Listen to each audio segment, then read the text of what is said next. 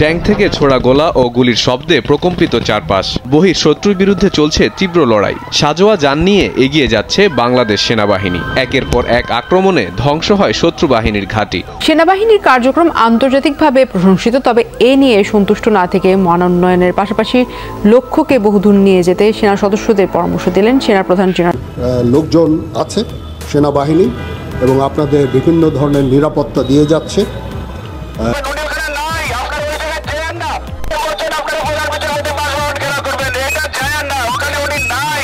গোটা বিশ্বকে কালকে চমকে দিয়েছে বাংলাদেশ।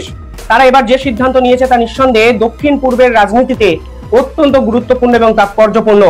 প্রায় 5 দশক পর, অর্থাৎ 50 বছর পর সেই দিন এসে গেছে, সেই ক্ষণ এসে গেছে। এবার শুধু খেলার পালা, খেলা হবে।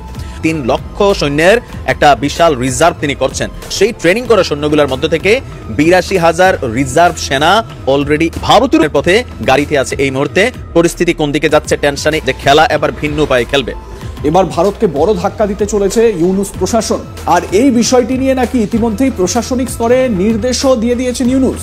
মঙ্গলবার বেলা 11টার কিছু পর বিকট শব্দে টিউব থেকে ছুটে যায় মিসাইল, যা 4 মিনিটের মধ্যে 120 কিলোমিটার রেঞ্জে গিয়ে আঘাত আনতে সক্ষম হয়। এর ঠিক 10 মিনিট পর টিউব থেকে ছোড়া হয় দ্বিতীয় মিসাইল। এভাবে সেনাবহরে যুক্ত নতুন টাইগার মিসাইল সিস্টেমের সফল ফায়ারিং হয়। সমন্বয় কার্যধারা উপদেষ্টা আছেন, এই দেশের ধ্বংসের জন্য আপনাদেরকে দায়ী করি। আমি আমার ব্যক্তিগত জায়গা থেকে আপনাদের বিরুদ্ধে যুদ্ধ ঘোষণা করলাম, ঠিক আছে? আপনাকে একজন উপদেষ্টা আছে মাহফুজ আলম, আল্লাহ একদম একটা পাগল। সময় আছে অন্য ভালো বাহিনীর সদস্যদের কাছে জেনেছেন সার্বিক অবস্থা, দিয়েছেন বিশেষ নির্দেশনাও। বাংলাদেশ ভালো মান অর্জন করেছি বলে বাংলাদেশ সেনাবাহিনী বরাবরের মতো বাংলাদেশের সর্বোচ্চ রক্ষক। তারা এখন বাংলাদেশ সেনাবাহিনী তাদের সর্বোচ্চ ক্ষমতা প্রয়োগ করেছে এবং আসল শক্তি সবাইকে দেখিয়েছে। আপনারা তো সবাই জানেন পাকিস্তানের সৈন্যর সাথে বাংলাদেশের সেনাবাহিনী এক হয়েছে এবং তারা কিন্তু দ্বিগুণ শক্তিশালী হয়েছে, এবং এই দ্বিগুণ শক্তিশালী হওয়ার পরেই ভারতকে উচিত জবাব দিয়েছে। এখন ভারত বুঝতে পারবে বাংলাদেশ কী জিনিস এবং বাংলাদেশের সেনাবাহিনী কী জিনিস। আপনারা সম্পূর্ণ ভিডিও দেখবেন। এই সব বিষয়ে আমরা পর্যালোচনা করে অনেক তথ্য পাই, অনেক ভিডিও পাই। সেই ভিডিওগুলো আপনাদের সামনে এক এক করে ধারাবাহিকটি দেখাবো আমরা ঘটনাস্থলে থেকে যেগুলো রেকর্ড করেছি। আপনারা সম্পূর্ণ ভিডিও দেখবেন। বাংলাদেশ সেনাবাহিনীর কার্যক্রমগুলো দেখলে আপনারা অবাক হয়ে যাবেন। আর হ্যাঁ, আপনারা তো সবাই জানেন ভারত কিন্তু বাংলাদেশকে সবসময় এক প্রকার হুমকি দিত এবং সেই হুমকির কিন্তু বর্তমানে উচিত জবাব পেয়েছে। সবকিছু আপনারা দেখতে পারবেন এবং এই নিয়ে আমাদের দেশের বর্তমান অন্তর্বর্তীকালীন সরকার ডক্টর ইউনূস কি পদক্ষেপ নিয়েছেন, তিনিও কিন্তু একটা পদক্ষেপ নেন। সেনাবাহিনীর হাতে বাংলাদেশের সর্বোচ্চ ক্ষমতা রয়েছে এবং বাংলাদেশটা কিন্তু বর্তমানে তাদের কথাই এক প্রকার চলছে। আপনারা সম্পূর্ণ ভিডিও দেখবেন, তাহলেই বুঝতে পারবেন। ভিডিওটা কিছুটা লং হবে কিন্তু অনেক তথ্য আপনারা এই ভিডিওর মাধ্যমে দেখতে পারবেন। সম্পূর্ণ ভিডিও দেখবেন এবং ভিডিও শেষে আপনাদের মন্তব্য করবেন। এই যে দেখুন, এটাকে সামলানোর জন্য ভাষণ দিতে ওঠেন এই মেজর জেনারেল সাকিন আহমদ। তিনি তার বক্তব্য রাখা শুরু করেন। মানুষটা মানে বলতে দাও, সে কি বলতে চায়। তার বলতে বলতে সেনাদের এই বিডিআর জওয়ানদের মধ্যে শুরু করে দিল অত্যন্ত নোংরা ভাষায় গালাগালি। যাচ্ছে তাই এভাবে উদ্ধার করা, আপনারা বুঝতেই পারছেন যে বাংলাদেশিরা কি ভাষায়, মানে শেখ হাসিনা যখন দেশ ছেড়ে চলে যায় এবং তারপর আপনারা জানেন যে সেই শেখ হাসিনা যেখানে থাকতেন তার বাসভবনে গিয়ে কি কি কৃত্রিকলাপ করে এসেছে, তার মানে তারা কি কি ভাষায় গালাগালি করতে পারে সেটাও আপনারা জানেন। তুমুল উদ্ধার করে নিজের দেশের ক্রিকেটারকে গাল দেয়, আমি আর কি বলবো, যাই হোক কথা বাড়াবো না, গালাগালি স্টার্ট করে দেয়। তখন যখন বুঝতে পারেন সাকিন আহমদ যে বিষয়টা বাড়াবাড়ির দিকে যাচ্ছে এবং অত্যন্ত বাড়াবাড়ির দিকে যাচ্ছে, তখন তিনি তার হেড মঈন উদ্দিন আহমদকে ফোন করেছিলেন এবং যখন দেখছেন যে এমার্জেন্সিতে আমাকে কিছু করতে হবে, কারণ এটা যাচ্ছে তাই ভাবে শুরু করে দিয়েছে, তখন তিনি ডিরেক্টলি ফোন করেন দেশের প্রধানমন্ত্রী শেখ হাসিনাকে। শেখ হাসিনা পুরো বিষয়টা জানেন। ঘটনাটি ঘটছে 9:30। ভাই, আর্মি নামাতে অ্যাকশন নিতে তো অ্যাটলিস্ট 30 মিনিট টাইম লাগবে, খুব স্বাভাবিক ব্যাপার। 9:30 ঘটনা আপনারা দেখবেন, বাংলাদেশি যারা শুনছেন তারা হয়তো জানেও, ইভেন 10টার মধ্যে আর্মি, র্যাব, হেলিকপ্টার কি না মোতায়েন করা হয়েছে, সমস্ত কিছু মোতায়েন করে দেওয়া হয়েছে যাতে সিচুয়েশনটাকে কন্ট্রোল করা হয়। কিন্তু এই মূর্খদের অভিযোগ হচ্ছে গুলি চালানোর অর্ডার দেয়নি। তার মানে এরা নিশ্চয়ই সাথে পাচ্ছে, মানে এরা সেটিং। এই গুলি চালানোর অর্ডার দেয়নি সরকার, তার মানে সরকার ইন্টেনশনালি এটা করিয়েছে। মূর্খের দল, নিজেরই দেশের আর্মিকে, এক তো হচ্ছে এইটুকু আর্মি, তো নিজেরই আর্মিকে মারবি, তো নিজের আর্মিকে মারার জন্য কি করে দেশের প্রধানমন্ত্রী গুলি চালানোর অর্ডার দিতে পারে? এটা তো আমি অন্য দেশের থেকে বুঝতে পারছি। আজকে আমাদের আর্মি জওয়ানদের মধ্যে যদি ঝামেলা লেগে যায় এক দলের সঙ্গে আর এক দলের, আমাদের চায়নার সাথে ঝগড়া লাগলে মানে ডান্ডায় ডান্ডায় মারবো, গুলি চালাবো না। সেখানে নিজেদের আর্মির সাথে লড়াই লাগলে চেষ্টা করবে ঠান্ডা করার, গুলি কেন চলবে ভাই?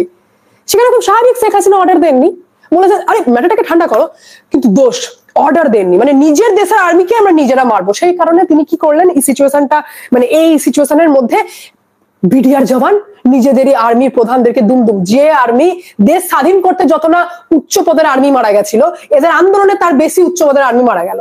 তার মধ্যে ৭৪ জন নিহত, ৭৪ জন মারা গেলেন, ৫৭ জন আহত। এবার এই যে নিহত হয়েছিলেন তার মধ্যে ছিলেন কিন্তু ক্যাপ্টেন তানভীর হায়দার, যার ওয়াইফ তাসনুভা ভাবি, যিনি এখন অভিযোগ করছেন যে শেখ হাসিনার সাথে তলায় তলায় যোগাযোগ রাখছেন বাংলাদেশের সেনাপ্রধান ওয়াকারুজ্জামান। আচ্ছা, এই ঘটনার মধ্যে ভারতের ৭-৫ কোথায়? ভারতের কি ইন্টারেস্ট ভাই?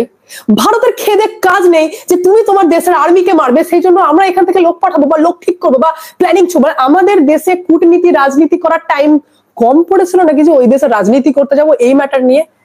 2009 সালের ঘটনা কুড়ে এখন ভারত আর শেখ হাসিনাকে ব্লেম করা হলো। ওয়েল গুড, কতটা মূর্খের দল, সুখে থাকলে ভূতে কেলায়, এই লাইনটা বাংলাদেশের সঙ্গে পারফেক্ট যায়। আমি নেক্সট ইনফরমেশন আপনাদেরকে দিই। রাশিয়াকে বলা হয়েছে যে তুমি $5 বিলিয়ন ধাঁধরি করেছো শেখ হাসিনার ভারতকে মিলিতভাবে। আরে মূর্খ, ইউক্রেন বাপ করছে যে প্লিজ আমাকে একটু সেটিং করিয়ে দেওয়া হোক, সেখানে রাশিয়ার সাথেও প্রভোকেটিভ মানে জোর করে প্রভোক করা, জোর করে উত্তপ্ত করা যে আয় ভাই আমাকে মার, আমি মার খাবার জন্য রেডি, আমাকে এসে অ্যাটাক কর, প্লিজ মার, প্লিজ প্লিজ। এই কে দেশের রীতে এসছে এই ইউনুস, নাকি দেশের ক্ষতি করতে এসছে? কারণ ক্ষতির কথা আমি এই কারণেই বললাম, কারণ ইনফরমেশন বলছে যে বাংলাদেশে তৈরি হচ্ছিল নিউক্লিয়ার পাওয়ার প্লান্ট। কারেন্টের সমস্যা হয় তো, বাংলাদেশি যারা শুনছেন কারেন্টের প্রবলেম হয়, সেই কারণে শেখ হাসিনা একটা পাওয়ার প্লান্ট বানাচ্ছিলেন যেটা 2400 মেগাওয়াট বিদ্যুৎ উৎপাদন করবে, যেটার জন্য কনফার্ম করা হয় যে $12.65 বিলিয়ন সাইন করা হয় যে এটা খরচা হবে। সেই কারণে এখন বাংলাদেশ বলছে যে এই রাশিয়া আর ভারত আর শেখ হাসিনা মিলে $5 বিলিয়ন ধাঁধলি করেছে। বিষয়টা হচ্ছে যে টাকা দিতে চাইছি না, সেই কারণে আমি এই সমস্ত অভিযোগ লাগাবো। কারণ রিসেন্ট আমার কাছে খবর এসেছে যে যেদিন থেকে শেখ হাসিনা গভর্নমেন্ট উল্টেছে সেদিন থেকে এই পাওয়ার প্ল্যান্টের কাজ ডেড স্টপ করে দেওয়া হয়েছে। ভারত নিজের যে সমস্ত কর্মচারীরা ছিলেন তাদেরকে ডেকে পাঠিয়েছেন, রাশিয়াও স্টপ করে দিয়েছে এবং রাশিয়া বলেছে $630 মিলিয়ন ইন্টারেস্ট বাংলাদেশকে আমাকে দিতে হবে। $630 মিলিয়ন। এখন এই টাকা দেওয়ার ক্ষমতা অকাদ বাংলাদেশের নেই, সেই কারণে শুরু করেছে রাশিয়ার সাথে অশান্তি, যাতে টাকা না দিতে হয়। ঠিক যেমন ভারতের সঙ্গে ফান্ডা, সেরকম রাশিয়ার সাথে। রাশিয়া বলেছেন বাংলাদেশের গভর্নমেন্টকে আমি মানি না। ভারত তো উত্তরই দেয়নি। ভারত এই অভিযোগের উত্তর ভারত এটা দিয়েছে যে তোমাদের আগের দিনের পাঠানোর শেখ হাসিনাকে ফেরত পাঠানোর সেই চিঠি আমি গ্রহণ করলাম। এটা ছিল ভারতের উত্তর, আমি চিঠি গ্রহণ করলাম। প্রায় 8টির মতো অ্যাটাক হেলিকপ্টার ক্রয় করতে চলেছে বাংলাদেশ বিমান বাহিনী, যেটা বাংলাদেশ বিমান বাহিনীর প্রধান নিজেই তার ভাষণে বলেছে। আর এই কারণেই বাংলাদেশ এবার দক্ষিণ এশিয়ায় অন্যতম শক্তিশালী রাষ্ট্রে পরিণত হতে চলেছে। আর এইসব দেখে ভারতের প্রধানমন্ত্রী নরেন্দ্র মোদীর ধুতি ঢিলা হয়ে গেছে। তারা কোনোভাবেই বাংলাদেশকে আটকাতে পারছে না, তারা কোনোভাবেই বাংলাদেশকে তাদের আয়ত্তে নিয়ে আসতে পারছে না। বাংলাদেশ এগিয়ে চলছে নিজ গতিতে, কেনা হচ্ছে ভয়ঙ্কর সব সামরিক অস্ত্র। এছাড়াও নিজ দেশেই বর্তমানে মিসাইল তৈরির এবং মিসাইল উৎপাদনের কারখানা স্থাপন করা হচ্ছে, যেটা হয়ে গেলে বাংলাদেশ হবে পৃথিবীর মধ্যে অন্যতম শক্তিশালী একটি রাষ্ট্র এবং দক্ষিণ এশিয়ায় নতুন পরাশক্তি হিসাবে আবির্ভাব ঘটতে চলেছে বাংলাদেশের, যেটা ভারত কখনো কল্পনা করেনি। সব কিছু মিলিয়ে আজকের ভিডিওটি অনেক বেশি গুরুত্বপূর্ণ হতে চলেছে, তাই আজকের ভিডিওটি অন্তত শেষ পর্যন্ত মনোযোগ সহকারে দেখার অনুরোধ রইল। আপনারা হয়তো ইতিমধ্যে জেনে গেছেন যে বাংলাদেশ বিমান বাহিনী কিন্তু চীনের কাছ থেকে 16টির মতো J-10C ফাইটার জেট ক্রয় করেছে। আর J-10C ফাইটার হলো বর্তমান যুগের অন্যতম শক্তিশালী একটি ফাইটার জেট। বর্তমানে পাকিস্তান বিমান বাহিনী ও চীনা বিমান বাহিনী এই যুদ্ধবিমানটি অপারেট করছে, আর এটিকে রাফেল যুদ্ধবিমানের সমকক্ষ হিসাবে ধরা হয়ে থাকে। এমনকি কিছু কিছু ক্ষেত্রে এই যুদ্ধবিমানটি ভারতের অত্যাধুনিক যুদ্ধবিমান রাফেল যুদ্ধবিমানের চেয়েও অনেক এগিয়ে আছে। এমনকি এটি একটি সিঙ্গেল ইঞ্জিন বিশিষ্ট যুদ্ধবিমান এবং এটির স্পিড হলো ম্যাক 2, অর্থাৎ এটি শব্দের গতির চেয়েও দ্বিগুণ স্পিডে ছুটতে পারে। এবং এটির অন্যতম সক্ষমতা হলো এটি কিন্তু র্যাডারকে ফাঁকি দিতে সক্ষম। অর্থাৎ এটি ভারতের যে কোনো রেডারকে ফাঁকি দিয়ে মূল ভারতের ভূখণ্ডেও আঘাত হানতে সক্ষম। এবং এই যুদ্ধবিমানটির রেঞ্জও কিন্তু অনেক বেশি। এর রেঞ্জ প্রায় 1850 কিলোমিটার। অর্থাৎ এটি একবার আকাশে উড়িয়ে ভারতের মুম্বাই শহরে আক্রমণ করে ফিরে আসা সম্ভব। এবং এই যুদ্ধবিমানটি কিন্তু বিপুল পরিমাণে বোমা বহনে সক্ষম। এটি প্রায় 18,050 কেজি বোমা বহনে সক্ষম। অর্থাৎ 18 টন বোমা বহন করা যাবে এই যুদ্ধবিমান দিয়ে। আর এটি একটি মাল্টিরোল ফাইটার জেট। এবং এই যুদ্ধবিমানের গতি এত বেশি এবং এটি এত বেশি বোমা বহন করতে পারে যে এটি দিয়ে মাত্র 30 মিনিটের মধ্যেই ভারতের কলকাতাকে উড়িয়ে দেওয়া সম্ভব। আর এটি নিয়ে চিন্তায় পড়ে গেছে পুরো ভারতীয় মিডিয়া। তারা কোনোভাবে মেনে নিতে পারছে না যে বাংলাদেশ চীনের কাছ থেকে জে-10C ক্রয় করছে। বন্ধুরা, জে-10C ছাড়াও আরও একটি সুখবর আপনাদেরকে জানাই, আর সেটি হলো যে বাংলাদেশ কিন্তু এবার সাবমেরিন ক্রয় করতে চলেছে। আর এটি একটি না দুইটি না, প্রায় 12টির মতো সাবমেরিন ক্রয় করার প্ল্যান রয়েছে বাংলাদেশের। আপনারা হয়তো ইতিমধ্যেই জানেন যে বাংলাদেশ নৌবাহিনী কিন্তু ইতিমধ্যেই 2টি সাবমেরিন অপারেট করে, আর 2টি মিং ক্লাস সাবমেরিন। আর এই মিং ক্লাস সাবমেরিনগুলো বেশ পুরনো, তাই এগুলোকে আপগ্রেড করার জন্য বাংলাদেশ এবার চীনের কাছ থেকে পর্যায়ক্রমে 12টি সাবমেরিন অর্ডার করতে চলেছে। এমনকি আপনারা হয়তো এটাও জানেন যে 52 শেখ হাসিনা নামক একটি সাবমেরিন বেস রয়েছে বাংলাদেশের চট্টগ্রামে 52 শেখ হাসিনা নামক সেই সাবমেরিন ঘাঁটিটি অবস্থিত। এইখানে প্রায় 6টির মতো সাবমেরিন রাখার ফ্যাসিলিটিস রয়েছে। এমনকি এই সাবমেরিন ঘাঁটিটিকে যদি আরেকটু বাড়ানো যায় বা নতুন করে যদি আরেকটি সাবমেরিন ঘাঁটি তৈরি করা হয়, তাহলে সেখানেও সাবমেরিন রাখা যাবে। বাংলাদেশের হাতে যদি 12টির মতো সাবমেরিন চলে আসে, তাহলে বাংলাদেশ নৌবাহিনী কিন্তু দাপটের সাথে বঙ্গোপসাগরে রাজত্ব করবে। এমনকি ভারতের যে কোনো নৌবলককে মুহূর্তে ভেঙে দিতে সক্ষম হবে বাংলাদেশ নেভি। এখন দেখার বিষয় যে বাংলাদেশ কবে নাগাদ এই সাবমেরিনগুলোর ডেলিভারি পায়। বন্ধুরা, এবার আপনাদেরকে আরও একটি সুখবর দিতে চাই, আর সেটি হলো যে বাংলাদেশ কিন্তু এবার অ্যাটাক হেলিকপ্টার ক্রয় করতে চলেছে।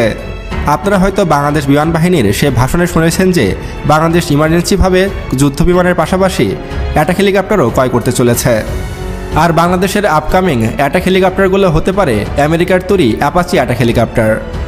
আর অ্যাটাক হেলিকপ্টার যুদ্ধক্ষেত্রে কতটা যে ভয়ঙ্কর তা আপনারা কল্পনাও করতে পারবেন না। ধারণা করা হয়ে থাকে যে যুদ্ধক্ষেত্রে 10টি যুদ্ধ ট্যাঙ্কের সমান একটি অ্যাপাচি অ্যাটাক হেলিকপ্টার। আর এই অ্যাপাচি অ্যাটাক হেলিকপ্টারগুলো বিশ্বমানের। এমনকি এই অ্যাপাচি অ্যাটাক হেলিকপ্টারগুলো বিশ্বের বিভিন্ন যুদ্ধে অংশগ্রহণ করেছে, তাই এর কোয়ালিটি নিয়ে কোনো রকম সন্দেহ থাকার কথা নয়। যুদ্ধক্ষেত্রে ভয়ঙ্কর একটি অস্ত্র হবে এই বাংলাদেশের অ্যাপাচি অ্যাটাক হেলিকপ্টার। তবে কোনো কারণে যদি আমেরিকা বাংলাদেশের কাছে অ্যাপাচি অ্যাটাক হেলিকপ্টার বিক্রি করতে না চায়, তাহলে আরেকটি অপশন আমাদের হাতে রয়েছে, আর সেটি হলো তুরস্কের তৈরি টাইগার অ্যাটাক হেলিকপ্টার। তুরস্কের এই টাইগার অ্যাটাক হেলিকপ্টারগুলোও কিন্তু ভয়ঙ্কর লেভেলের মারাত্মক। তবে সেটা যাই হোক, আমেরিকার হোক বা তুরস্কের হোক, যে কোনো একটি দেশের অ্যাটাক হেলিকপ্টার হলে আমাদের চলবে, কারণ এই 2টি অ্যাটাক হেলিকপ্টারই প্রায় সমকক্ষ মানের। আর বাংলাদেশ বিমান বাহিনীতে অ্যাটাক হেলিকপ্টার যুক্ত হয়ে গেলে বাংলাদেশ বিমান বাহিনী আরও এক ধাপ এগিয়ে যাবে এবং যুদ্ধক্ষেত্রে তাদের সক্ষমতা বহুগুণে বেড়ে যাবে। বন্ধুরা, এবার আমি আপনাদেরকে আরও একটি সুখবর দিতে চাই, আর সেটি হলো যে এবার বাংলাদেশে তৈরি হবে ভয়ঙ্কর মিসাইল। অর্থাৎ বাংলাদেশে এবার তৈরি হতে পারে শাহিন 2 এর মতো ভয়ঙ্কর ব্যালিস্টিক মিসাইল। আর এইখানে আমাদেরকে সহায়তা করবে পাকিস্তান। ইতিমধ্যে কিন্তু পাকিস্তানের বেশ কিছু বিজ্ঞানী বাংলাদেশে এসেছে বলে খবর ছড়িয়েছে। হয়তো বাংলাদেশের গাজীপুরে খুব শীঘ্রই একটি মিসাইল ফ্যাক্টরি তৈরি হবে। এছাড়াও চীনের সহযোগিতায় বাংলাদেশে কিন্তু এয়ার ডিফেন্স সিস্টেমের তৈরি যে FM-90 রয়েছে সেটি তৈরি হতে চলেছে। অর্থাৎ বাংলাদেশে এবার তৈরি হবে আকাশ প্রতিরক্ষা ব্যবস্থা FM-90, আর এটি ব্যাপক কার্যকরী একটি এয়ার ডিফেন্স সিস্টেম। যদিও এটি শর্ট রেঞ্জের একটি এয়ার ডিফেন্স সিস্টেম, তারপরও কিন্তু এটি যথেষ্ট কার্যকরী। আমরা শুধু যে অন্য দেশে আক্রমণ করব তা কিন্তু নয়, আমাদের নিজেদেরকেও সুরক্ষিত রাখতে হবে। আর এর জন্য এয়ার ডিফেন্স সিস্টেমের বিকল্প হিসাবে আমি আর কোনো কিছু দেখছি না। অর্থাৎ বাংলাদেশে এগুলোকে উৎপাদন করার সক্ষমতা অর্জন করতে হবে বাংলাদেশের। আমি আজকের ভিডিওতে যেসব অস্ত্রগুলো দেখালাম এগুলো খুব শীঘ্রই বাংলাদেশের বহরে যুক্ত হবে এবং বাংলাদেশ আগামী কয়েক বছরের এই মুহূর্তে অন্তর্বর্তী সরকারের যারা দায়িত্বশীল ব্যক্তিরা আছেন বা যে আন্তর্জাতিক অপরাধ ট্রাইব্যুনাল গঠন করা হয়েছে সেখানে যারা আছেন বা বৈষম্যবিরোধী ছাত্র আন্দোলনের যারা নেতারা আছেন তারা প্রত্যেকেই কোথাও না কোথাও চান যে শেখ হাসিনার বিচার করতে হবে, অথবা শেখ হাসিনার এমন পরিণতি করতে হবে যেন অদূর ভবিষ্যতে তারা কোনোভাবেই এই আওয়ামী লীগ পরিবার কর্তৃক অথবা আওয়ামী লীগ কর্তৃক তাদের জন্য কোনো ধরনের কোনো রকম টেনশন না থাকে। কারণ সবাই এটা এক বাক্যে স্বীকার করে যে যে পরিস্থিতি ঘটেছে এই পরিস্থিতি থেকে আগামী 5 বছর পরে হোক 10 বছর পরে হোক আওয়ামী লীগ যদি কখনো রাষ্ট্র ক্ষমতায় আসে, উপদেষ্টার মধ্যে যারা জীবিত থাকবেন বৈষম্য বিরোধী আন্দোলনের প্ল্যাটফর্মের যে সকল সমন্বয়ক, সহ সমন্বয়ক বা যারা একসময় ছাত্রলীগের মধ্যে ছিলেন, যারাই এখানে এই ঘটনাগুলো ঘটিয়েছে, প্রত্যেকের নির্মম পরিণতি ভোগ করতে হবে। তো সেই জায়গা থেকে সবাই কিন্তু চাচ্ছেন যেন আইনের মাধ্যমে শেখ হাসিনার একটা কঠিন সাজার ব্যবস্থা করা যায়, ফাঁসির ব্যবস্থা করা যায়, যে সাপও মরল লাচিও ভাঙল না। কিন্তু বিষয়টা কি আসলে এত সোজা? বাংলাদেশ সরকারের যে চিঠি ভারত সরকারের কাছে গিয়েছে, শেখ হাসিনাকে এই চিঠির মাধ্যমে কি আসলে ফেরত আনা সম্ভব? না, সম্ভব না। কেন সম্ভব না বলছি? শেখ হাসিনার হাতে বেশ কয়েকটা অপশন আছে। এই অপশনগুলো তিনি ব্যবহার করলে বাংলাদেশ সরকার তাকে ফেরত আনতে পারবে না। আর এই কথাগুলো আমার কথা না, এগুলা বলা হচ্ছে যে বাংলাদেশের দায়িত্ব পালন করে যাওয়া একজন সাবেক ভারতীয় রাষ্ট্রদূত মহেশ সাচদেব ভারতীয় গণমাধ্যম ANI-কে দেওয়া এক সাক্ষাৎকার তিনি বলছেন, বাংলাদেশ এবং ভারতের মধ্যে যে বন্দি প্রত্যর্পণ চুক্তি আছে, সেই চুক্তি অনুযায়ী আপনার এটা মোটামুটি অসম্ভব। কেন? এটি অনেক সতর্কভাবে করা। এই চুক্তিটি রাজনৈতিক ইস্যুতে যে প্রত্যর্পণ আছে সেটাকে প্রত্যাখ্যান করে। তো শেখ হাসিনার ইস্যুটা রাজনৈতিক ইস্যু হিসাবে কিন্তু ভারত দেখছে এবং রাজনৈতিক বিবেচনায় অপরাধমূলক কর্মকাণ্ডকে ফোকাস করে। আচ্ছা, তো এখন এইসব চুক্তির সতর্কতা ব্যবহার করা যেতে পারে। শেখ হাসিনা দেশটির বর্তমান সরকারের প্রত্যর্পণের অনুরোধের বিরুদ্ধে ভারতের আদালতের দ্বারস্থ হওয়ার তার কাছে একটা অপশন আছে। তো কি তিনি করতে পারেন?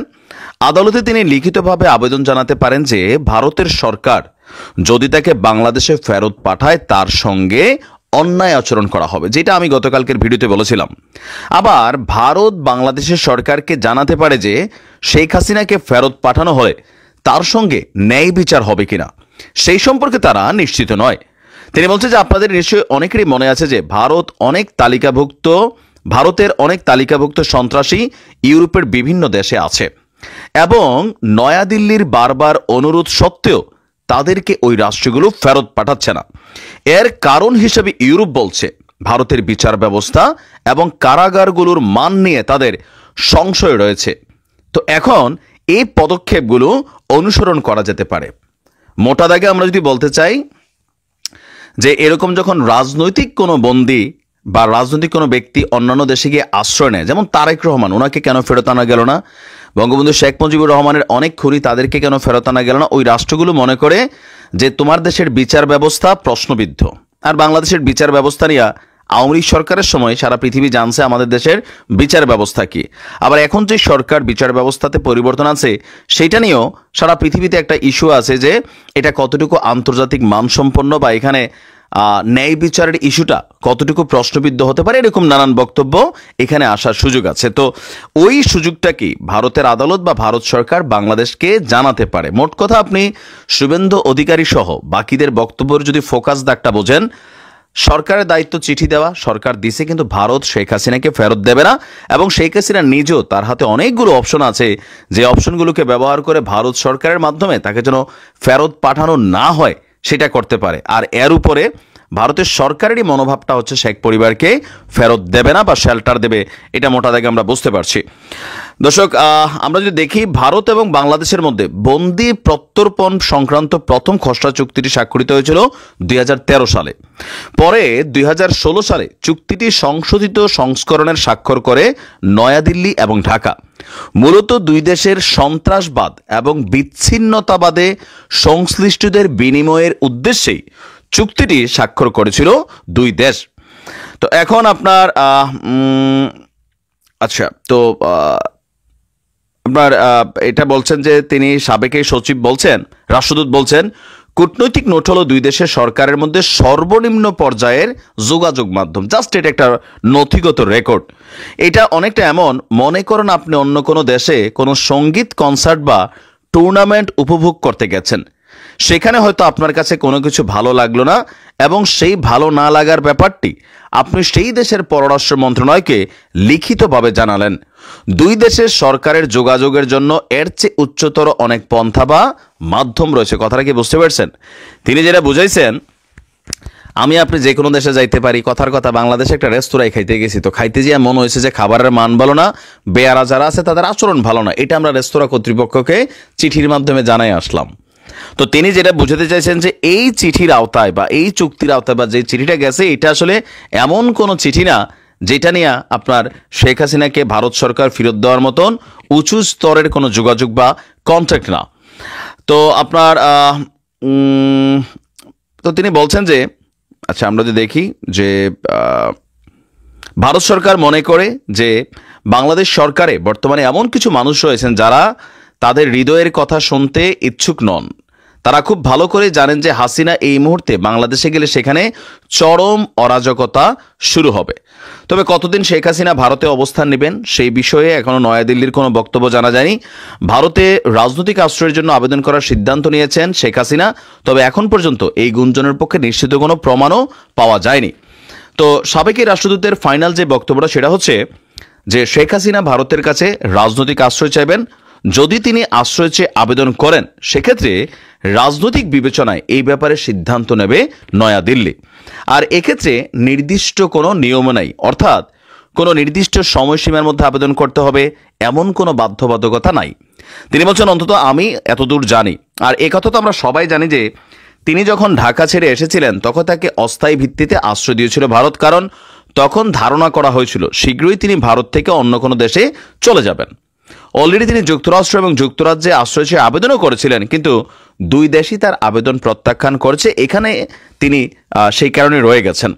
কিন্তু এখন যেহেতু তিনি এখানে রয়েছেন তাকে যদি আমরা বহিষ্কার করি সেক্ষেত্রে তা ভারত সরকার মনে করছে বা ভারতের রাজনৈতিক দলগুলো মনে করবে এটা অনৈতিক কাজ হবে।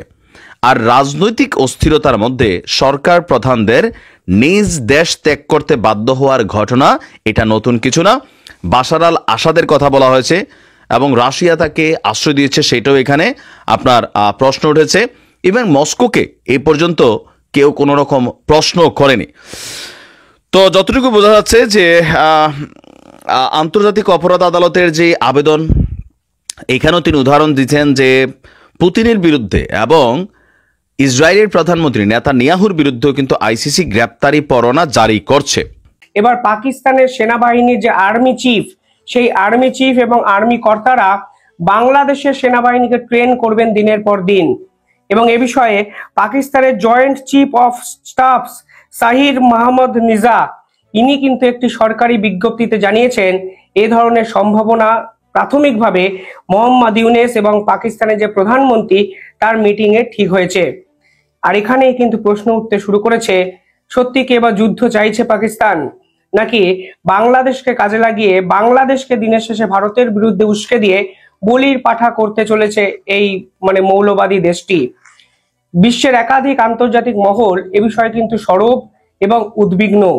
তারা বলছেন হঠাৎ করে বাংলাদেশের প্রয়োজনীয়তাটা কি পড়লো যে পাকিস্তানের সেনাকর্তারা বাংলাদেশের সেনাবাহিনী থেকে ট্রেনিং নেবেন, এই প্রশিক্ষণের পিছনে বা নেপথ্যে কোন বড় প্ল্যান এদের জড়িয়ে আছে সে বিষয়ে কিন্তু তারা প্রশ্ন চিহ্ন তুলে দিয়েছেন।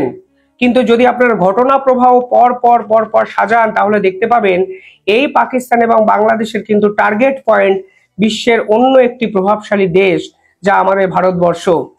শেষ 10টা এমন কোনো ঘটনা বা এমন কিছু ঘটনা আমি আপনাদের সামনে আজকে তুলে ধরতে চাই যেখানে আপনারা বুঝতে পারবেন এই যে পুরো বিষয়টি এটি কিন্তু ধারাবাহিকভাবে পর্যায়ক্রমে এবং অত্যন্ত ঠান্ডা মাথায় পরিকল্পনা করা হচ্ছে, যা ভারতের একাধিক ইন্টেলিজেন্স কর্তারাও হয়তো বুঝতে শুরু করে দিয়েছেন। বাংলাদেশ তো জানতো পাকিস্তানের বর্তমান অবস্থা গোটা বিশ্বের প্রশ্নের মুখে, এমনকি জাতিসংঘতে বিশ্বের একাধিক দেশ পাকিস্তানের নিয়ে প্রশ্ন তোলা হয়। পাকিস্তানের পরমাণু বোমা নিয়ে স্বয়ং আমেরিকার পক্ষ থেকে বারংবার প্রশ্ন চিহ্ন তোলা হয়েছে। আমেরিকার বর্তমান যে স্পাই এজেন্সির হেড তুলসী গ্যাবোট পরিষ্কারভাবে জাতিসংঘের কনফারেন্সে পাকিস্তান নিয়ে একের পর এক বিস্ফোরক প্রশ্ন চিহ্ন তুলেছেন। আর এর পরেও মোহাম্মদ ইউনেস কিন্তু কার্যত দিনের পর দিন পাকিস্তান প্রেম এবং প্রীতি দেখিয়ে বাংলাদেশকে এক সম্পূর্ণ অন্য রাষ্ট্রে পরিণত করে চলেছেন। কালকে ভারতের এই বাংলাদেশের এই পদক্ষেপের পর ভারতের পক্ষ থেকেও পাল্টে একটি বিবৃতি কিন্তু দিলেন বিদেশমন্ত্রী জয়শঙ্কর, যা দুই দেশের যে রাজনৈতিক পরিস্থিতি সেটাকে কিন্তু ফের একবার উত্তপ্ত করে। কি কি ঘটনা বাংলাদেশ শেষ 1 মাসে ঘটালো যার ফলে এত বড় উদ্বেগজনক একটা পরিস্থিতি দক্ষিণ পূর্ব এশিয়ায় কিন্তু ঘনাচ্ছে বলে আমার মনে হচ্ছে। দেখুন, প্রথমেই এই 50 বছর পর পাকিস্তানের সেনাবাহিনী বাংলাদেশের মাটিতে যাওয়া এর নেপথ্যে কারণটা কি আছে, এই প্রশ্ন কিন্তু সরকারিভাবে কোনো দেশই কিন্তু ফেস করেনি। অর্থাৎ হঠাৎ করে একটা দেশের সেনাবাহিনীর কর্তারা অন্য দেশকে কেন ট্রেনিং করতে দেবেন? নিজের দেশে কি কোনো কাজকর্ম নেই? একটা জিনিস হতে পারে, সে হলো বাংলাদেশের সেনাবাহিনীর আপগ্রেডেশন। আর একটা দেশের সেনাবাহিনীর আপগ্রেডেশন কখন প্রয়োজন হয়, কোন যুদ্ধের জন্য বাংলাদেশ সেনাবাহিনীকে প্রস্তুত করতে চাইছেন সেনাপ্রধান এবং মোহাম্মদ ইউনূস, সেটা তো আন্তর্জাতিক স্তরকে বলতে হবে। আর এর পিছনে শুধুমাত্র কূটনৈতিক কারণ আছে বলে আমি অন্তত বিশ্বাস করি না। কারণ পাকিস্তানকে কোনোভাবেই কোনো দিক থেকে এর আগে বিশ্বের কোনো দেশই ভরসা করতে পারেনি এবং ভবিষ্যতেও পারবে না। কিছুদিন আগে যে মাসুদ আজহার, তিনি পাকিস্তানের থেকে একটি ভাইরাল ভিডিওতে বক্তৃতা দিয়েছেন। সে নাকি 21 বছর ধরে পাকিস্তানে ছিলই না, এমনকি তিনি মৃত কি জীবিত এ বিষয়ে প্রশ্নচিহ্ন তুলে দিয়েছিল খোদ পাকিস্তান। সরাসরি তারা বলেছিল তিনি নাকি আফগানিস্তানে আছেন, কিন্তু সেই ভিডিও বার্তা যিনি কিনা বিশ্বের মোস্ট ওয়ান্টেড এর তালিকায় 1 নম্বরে আছে, ভারতের তো আছেই, কিন্তু এনআইএ এর তালিকায় 1 নম্বরে থাকার পাশাপাশি বিশ্বের একাধিক দেশের তালিকাও সে মোস্ট ওয়ান্টেড। তিনি 21 বছর পর হঠাৎ করে পাকিস্তানে একটি ভাষণ দিয়ে বসেছেন, যার ফলে পাকিস্তানের বিশ্বাসযোগ্যতা আরো কিন্তু ড্যামেজ হয়ে গেছে। আর ঠিক সেই প্রেক্ষাপটে দাঁড়িয়ে মোহাম্মদ ইউনূস গেলেন পাকিস্তানে। প্রথমে পাকিস্তানের প্রধানমন্ত্রীর সঙ্গে একটি মিটিং করলেন। সেই মিটিং এ তারা কি আলোচনা করলেন? তারা চাইলেন 1971-এর যে ইস্যুগুলো আছে সেগুলো রিজলভ করবেন। 1971-এর কি কি ইস্যু আছে? 1971 সালে পূর্ব পাকিস্তান এবং পশ্চিম পাকিস্তানের স্বাধীনতার যুদ্ধের ইস্যু আছে। অর্থাৎ স্বাধীনতার প্রশ্নে একাধিক বিষয় কিন্তু সে সময় উত্থাপিত হয়েছিল। আর এখন 1971-এর পর 2024, এই 2024-এ দাঁড়িয়ে সেই বিষয়গুলো টেনে সলিউশন বার করা মানে তো স্বাধীনতাকে অস্বীকার করা। অর্থাৎ যার জন্য, যাদের বিরুদ্ধে আপনারা স্বাধীনতার লড়াই করলেন, বাংলাদেশের একাধিক মুক্তিযোদ্ধা প্রাণ দিল, বঙ্গবন্ধু মুজিবুর রহমানের মতো মানে নেতা কার্যত সামনে থেকে লড়াই করে বাংলাদেশকে স্বাধীন করলেন, সেই স্বাধীনতার মধ্যে এমন কি ইস্যু আছে যা তারা হঠাৎ করে রিজলভ করতে চাইছেন? অর্থাৎ শুরুটা কিন্তু সেখান থেকেই হয়েছিল। আর এবার দুই দেশের সরকার ঠিক করলো তাদের সেনাবাহিনী একে অপরের দেশকে পাঠিয়ে উন্নত মানের প্রশিক্ষণ দেবেন এবং দুই দেশ ভবিষ্যতে সামরিক শক্তিতে একে অপরকে সহায়তা করবে। একে অপরকে সহায়তা করতেই পারে, কিন্তু এর পিছনে যে হিডেন এজেন্ডা লুকিয়ে আছে তা হয়তো আজকে আন্তর্জাতিক দূরদর্শী বিভিন্ন ব্যক্তিত্বরা ইতিমধ্যেই বুঝতে শুরু করে দিয়েছেন। সেকেন্ড, কালকে আমেরিকা পাকিস্তানের যে হাইপারসনিক ব্যালিস্টিক মিসাইল টেস্টিং তার উপর স্যাংশন লাগিয়েছিল। তারা বলেছিল এই মিসাইলের রেঞ্জ কিন্তু 15,000 কিলোমিটার, আর আমেরিকা থেকে পাকিস্তানের দূরত্ব কিন্তু 12,200 কিলোমিটার আশেপাশে। ফলে পাকিস্তানকে বিশ্বাস করা যায় না। মূলত এই পাকিস্তানের টার্গেট পয়েন্টে কিন্তু ছিল ইসরায়েল, এবং আরেকটু দূরে যদি বিস্তার লাভ করেন তাহলে আমেরিকা এই মিসাইলের আওতায় কিন্তু চলে আসে। আর এই প্রেক্ষাপটে দাঁড়িয়ে পাকিস্তান কিন্তু এবার স্বয়ং আমেরিকার এই স্টেটমেন্টকে চ্যালেঞ্জ করে বসলো, যা দেশের ইন্টারনাল পলিটিক্সের পাশাপাশি আন্তর্জাতিক সম্পর্কে অত্যন্ত গুরুত্বপূর্ণ প্রভাব বিস্তার করবে বলে মনে করছেন অনেকে। কারণ আমেরিকাকে এই ধরনের চ্যালেঞ্জ সাম্প্রতিক সময় বিশ্বের কোনো দেশ করেছে বলে আমি অন্তত জানি না। এটা আপনারা পাকিস্তানের ডিপ্লোম্যাটিক জয় ভাববেন না। এই সিদ্ধান্ত নেওয়ার আসল কারণ অন্য কিছু হতেই পারে, এর পিছনে চীনের মতো শক্তিশালী দেশ থাকতেই পারে, সে বিষয়ে আমার কিছু বলার নেই। কিন্তু আদতে এই ধরনের চ্যালেঞ্জ করে ব্যালিস্টিক মিসাইল টেস্টিং করা বিশ্বের আঙিনায় এটা অত্যন্ত মূর্খামি বলে আমার মনে হয়। কারণ আমেরিকার বিভিন্ন ক্ষেত্রে পাকিস্তানকে ইকোনমিক্যালি সাহায্য করে, IMF চেষ্টা করে পাকিস্তানের আপগ্রেডেশনের, বিশ্ব ব্যাংক কয়েক হাজার কোটি টাকা লোন পাকিস্তানকে দেয়। ঠিক সেই প্রেক্ষাপটে দাঁড়িয়ে আমেরিকার সঙ্গে সরাসরি যুদ্ধ করতে গিয়েছে পাকিস্তান চীনকে হয়তো সাময়িক সময়ের জন্য কাছে পাবে, লং টার্ম যদি ভাবেন ওয়েস্টার্ন পলিটিক্সে এক ঘরে হয়ে পড়বে কিন্তু এই পাকিস্তান সরকার। আর সেই প্রভাব কিন্তু মোহাম্মদ ইউনূসকেও ভুগতে হবে। 3 নম্বর, তারা যেটা করেছে, তারা অস্ত্র চুক্তি করেছে একাধিক ক্ষেত্রে। শেখ হাসিনা যেখানে 2% অস্ত্র পাকিস্তান থেকে এনে সামরিক শক্তিকে শক্তিশালী করতে চাইতেন, সেখানে কিন্তু বাংলাদেশ সরকার কয়েক হাজার গুলি আনছেন, কয়েকশো বস্তা RDX আনছেন। ফলে হঠাৎ করে পাকিস্তানের সঙ্গে অস্ত্র চুক্তি কেন করার প্রয়োজনীয়তা মোহাম্মদ ইউনূস মানে ফিল করলেন, সেটাই কিন্তু ভারতবর্ষের সব থেকে বড় প্রশ্ন। চাইছেনটা কি? কিসের জন্য মোহাম্মদ ইউনূস এইরকম আগ্রাসী মনোভাব অন্তত ভারতের বিপক্ষে নেওয়ার চেষ্টা করছেন? কেনই বা প্রতিনিয়ত পাকিস্তানের সঙ্গে এমন কিছু কাণ্ড কারখানা বা চুক্তি করছেন যার ফলে ভারতের ইন্টেলিজেন্স, ভারতের সেনাবাহিনী বাংলাদেশ বিমুখ হয়ে পড়ে। গাইজ আপনারা তো দেখলেন এখানে কি কথা হচ্ছে, অনেকেই কিন্তু অনেক কথা বলতেছে, বাংলাদেশ সেনাবাহিনীর অনেক কার্যক্রম আপনাদেরকে দেখিয়েছি, অন্যদিকে ভারত কিভাবে ভয় পাচ্ছে এইটাও দেখিয়েছি। সবার আলোচনা এবং সমালোচনাগুলো আপনাদের সামনে তুলে ধরেছি এবং অনেক ভিডিও আপনাদেরকে দেখিয়েছি। এতক্ষণ আপনাদেরকে যা কিছু দেখিয়েছি সব কিছু কিন্তু আমরা সোশ্যাল মিডিয়া থেকে সংগ্রহ করেছি। এখানে আমাদের নিজস্ব কোনো মন্তব্য নেই বা নিজস্ব কোনো সিদ্ধান্ত নেই। এইসব দেখে আপনাদের কি মনে হচ্ছে এবং আপনাদের মন্তব্য কি, এটা কিন্তু আপনারা অবশ্যই কমেন্ট বক্সে লিখে যাবেন। এবং আপনাদের কাছে আমার একটা রিকোয়েস্ট থাকবে, আমার চ্যানেলটি সাবস্ক্রাইব করবেন এবং পাশে থাকা বেল আইকনটি অবশ্যই বাজিয়ে যাবেন, যাতে করে নেক্সট ভিডিওটা সবার আগে আপনাদের কাছে পৌঁছায়। ধন্যবাদ।